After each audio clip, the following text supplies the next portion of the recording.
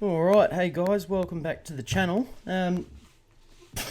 Probably should have a name for the channel, but I still don't. I have got a couple of things that I do want to do before I get into anything today. But I'd like to thank all the people that have liked and subscribed, because it really does help me out. Not necessarily financially, but it helps me get my name and my channel and what I'm trying to do out there to more people, in the sense of I'm not here to hype people up. I'm not here to not here to hype the market up to get a quick return. I'm here because I believe in what the technology can do. For instance, the trillions of dollars that will be freed up in a Nostro-Vostro system that will be on-demand liquidity. It starts with people sharing the content. Not necessarily, I'm not saying I'm the only one doing it. There's a lot of great channels out there that do the work, in the sense of saying the right things and not, giving everyone hype, making people invest. Well, it's up to everyone to invest, but I mean, you're not given the false information. So the first person obviously is Evans Naughty. So I'm not real good at this. These are the first people that have subscribed to my channel, so I've just gold with it. Apologies if I've mispronounced your name. Alvaro Goncalves, Captain Crypto. That's all that's coming up on there. I know there's more. I will shout out the rest of you that have. Once I've figured out how to actually find who's subscribed, it just won't show me. But anyway, moving on. The last video I did, I wanted to. Where was it? I did say that I may be wrong on the burn rate when I said it was around 9 million. Obviously, that's ridiculous. It's not 9 million. It did sound wrong at the time, but I just went with it. But it's a few thousand a week, which to me still says that there is a lot of movement happening through the rails, the payment rails. Doesn't necessarily mean all the payment rails are being utilized, but a lot of them are. I believe that's a lot through Europe and whatnot. But anyway, I just wanted to clear that up before I get right into it. But I wanted to talk about the conception of XRP and what it really means to these businesses, because I find a lot of people that I speak to and question, they don't actually understand why this was conceived, what it's designed to do. We say it helps with on-demand liquidity, but what really is that? Obviously, there's a lot of great sources out there that explain it very technically, and I think that's where they lose a lot of people. So I wanted to keep it more basic and simple and explain what on-demand liquidity is. And the best way that you can explain that is through the Nostro-Vostro. So Bank A in Australia wants to send money to Bank B in Europe. There's two different currencies, right? They will have a Nostro-Vostro system, which means there's a great sum of cash here in Australia and a great sum of cash there in Europe, wherever it may be, England, London, wherever you want to be. And it's based on the fact that it takes roughly 3 days to settle, because the quickest way to get money from here to there is via a flight. You literally have to fly it to get it there quicker than any other way. But the problem is, it has to then go through an exchange, like the exchange because my money here in Australia is just a piece of paper, and their money in London is just a piece of paper. If I bring that to Australia, it has no value, and I take my money to London, it has then got no value. So there has to be a bridge in between, and that's what the exchange is. Now, obviously, my value may be less than their value according to, their GDP and how much money the country has and how much influence it has across the world. I won't get into the influence and the technical side of it. What I'm trying to point out is it takes a lot of time, effort, and resource to, A, get money from here to there, and B, to convert it. What on-demand liquidity is it's tokenizing that asset, or that value. And once it's tokenized and it moves through digital space, it's instantaneously. I have done multiple transactions to a couple of people around the world that I've been in contact with, just to test out the software and see, well, not software, but test out XRP and how quickly it moves. I have noticed it is quite a bit of a hassle to actually type in the address and do this, but these are things that they can, work on and make. They're not targeting us yet, is what I'm trying to say. They've got their own software that moves the money. So if you've heard of Swift, things like that, Swift is a messaging system that allows Bank A to transfer to Bank B. It tells what path and what route, so the money has to stop here, gets converted to this, then it gets converted to this country because it may be the cheapest way of doing it. With on-demand liquidity and instantaneous transfers, and when I say instantaneous, it settles in roughly 3 seconds, which is just takes the volatility clean out of the exchange market. Because anyway, yeah, I'm getting off track. But yeah, what I'm trying to say is that with XRP especially, there is other cryptos that do this, but I've noticed that XRP has definitely been the dominant force in the market. They're taking out the Nostro-Vostro system. They're taking out a need for it. Once they've proven to these banks, which I'm sure they already have, it'll free up trillions of dollars that are tied up in banks all around the world and financial institutions all around the world. Yes, it's going to disrupt the system massively, and that can be seen as a problem to a lot of people. Hence why you see all these mainstream media saying this is bad, that's bad.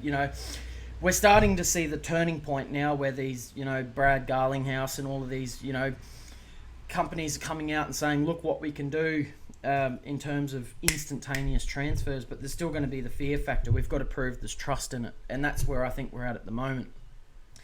I'm sorry, I did get really off point there, but my point that I was trying to say is, why was it conceived? And I believe, this is my basic opinion on it, I believe XRP was conceived primarily, as they say, to alleviate the problem between cross-border payments. Because what that does is, like the internet, if you wanted to send a letter overseas, or you wanted to send a letter, it's going to take a week to get anywhere minimum. Whereas nowadays, you can send an email and it's instantaneous. And information now moves frictionlessly anywhere at any time, without any barriers, minus, say, an electromagnetic pulse, which shuts the system down, which is an anomaly. Is that right? Anomaly. Anyway. So why can't value move? Well, it can move now. We have proven that our value can move instantaneously. Now it's into the point where we're just testing it, and obviously this is where it takes the next step into ramping things up. We've already proven with MoneyGram that value can be sent instantaneously at a fraction of the price. Now, why would MoneyGram cut their prices right down to nothing if they're still making money out of it? We need competition. So what's going to happen now is, I believe, is Western Union will be the next company that is, I hope, hopium, guys, but I do hope that Western Union decide to get on board. I can't see why they won't, because it will eventually bleed them out, using, unless they go to another digital currency or whatever. But nevertheless, we're moving towards that, and I believe once we've got competition in the market in this, new asset class, that's when we're really going to see things ramp up. That's when we're going to see these massive volumes start really coming in. And when we have these massive volumes, that's when we have a price rise. Because to facilitate the amount of value that needs to be put through at any one time through the circulating supply of the currency, it's obviously going to force the price to be higher. I won't give people price predictions, because at the end of the day, it is such a speculative market and things happen at the click of a finger. Something bad could really happen, and all of our investments could be gone due to, something bad. Doesn't matter what it is, but all of this can go really pear-shaped, and then all of a sudden another digital currency could take its place. Unlikely, but it is still a possibility. Hence why, until something is 100% certain, I will not give a price prediction. I will say roughly, I believe XRP at its prime, it's designed to hit $10,000 a coin, right? So that's being hopeful. I believe at its peak, with the $4.1 quadrillion of global wealth or global value, I believe even if we were to capture 30 to 40% of that over the next 20 years, we're going to see massive coins. You do the maths, there's 100 billion coins and a few thousand a week are burnt through transactions. You do the maths. You put 4.1 quadrillion, 30% of that into 100 billion coins, and you know, and then all of the people that are losing their private key and all this, you know, the value, the multiplying aspects are spastic. So I think I've covered that. Obviously, if you've got any further, you know, if you've got any further points you'd like to add, please do comment. I'm sorry if I don't reply to all of the comments because we're doing so much work around this place at the moment. It's getting a bit, it's getting a bit hectic. But the next question I've been asked is, it's a point that people have made, is it's a scam coin. This is my point, and I touch on it a lot, and I really want someone to give me an honest answer back, something that's logical and valid. Why would they make a scam coin for a starter? I can understand why they would make a scam coin. That's not the question. If so, why would banks and financial institutions put their name to it? And why would there be such massive non-disclosure agreements and slowly it's trickling out?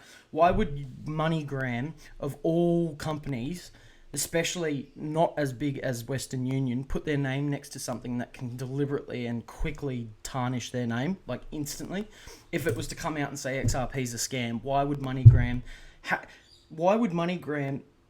allow their name to be put next to something that's a scam? It's just, this is where I keep coming back to the logical aspect of it, guys. You really need to think, and I do say it, you need to do a lot of research before you start asking silly questions, because it only makes you look stupid.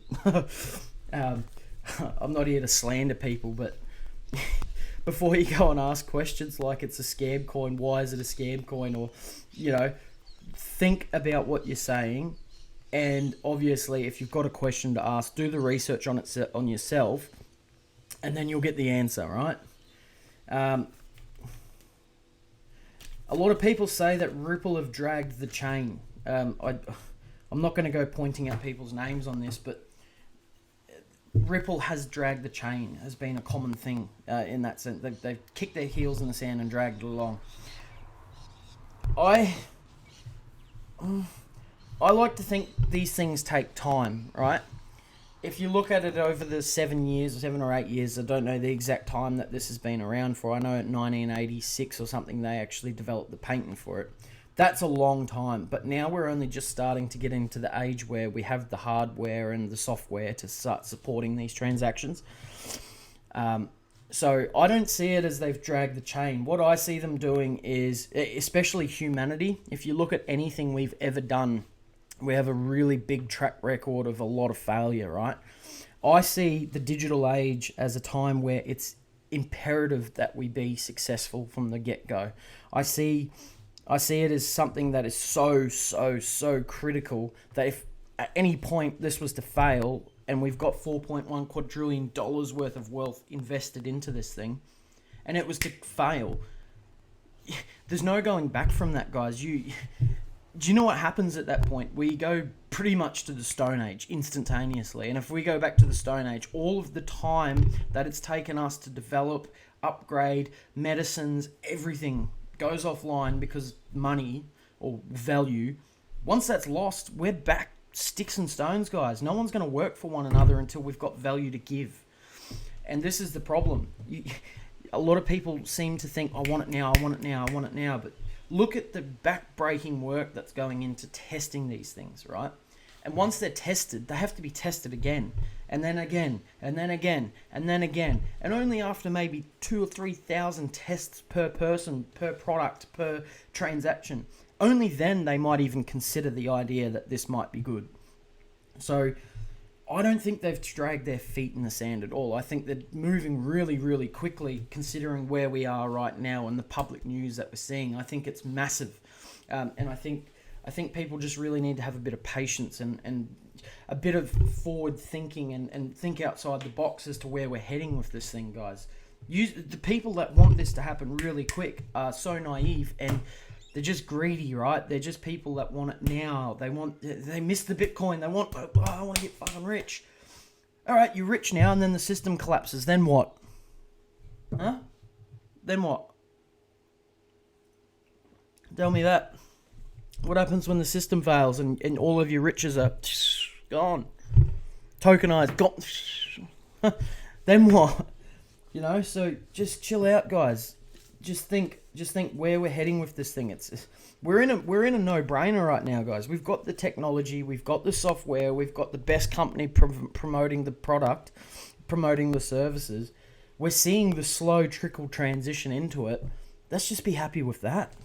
You know, all of this negative hype, negative stuff we're saying about it's only going to make it take longer. You know what I mean?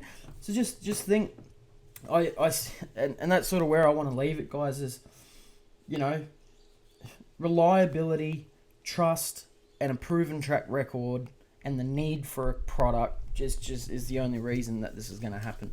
And if we keep saying bad stuff, I'm not saying that's going to be the reason that it doesn't work, but if we keep saying all this bad stuff about things, think about what it's doing to your investment. And that's it, guys. So I want to leave it there.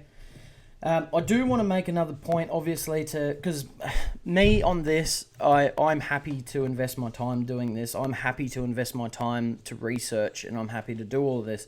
But we're actually starting up a podcast on another channel. I haven't actually got the name. I haven't got the idea. We've got a basic idea of the podcast. Me and my mate, we have real good banter, and we want to get on there and challenge the thoughts of a lot of people.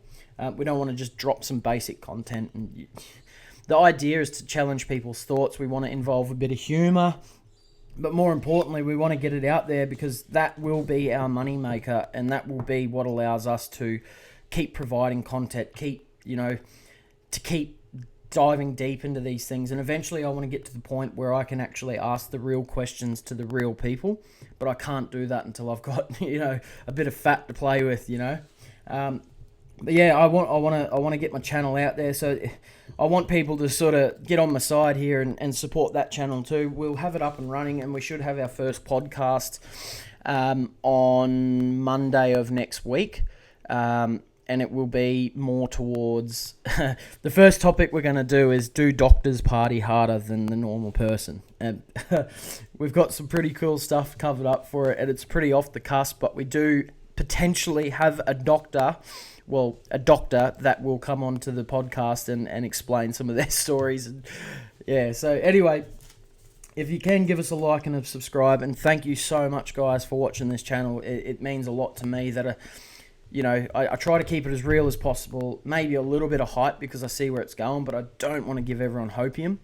And the last point that I make is, if you can like and subscribe my channel, that makes a massive difference. But what makes more of a difference is if you can share this with other people that, it's like, I see it as a lottery ticket, right? Instead of paying $20 for 20 years, $20 a week for 20 years to get the chance of winning a lotto, why don't we put that money into something that is a secure investment, well, what we deem secure, and wait 20 years anyway? But that $20 that we put in a week is going to be worth spastic amounts. Who knows?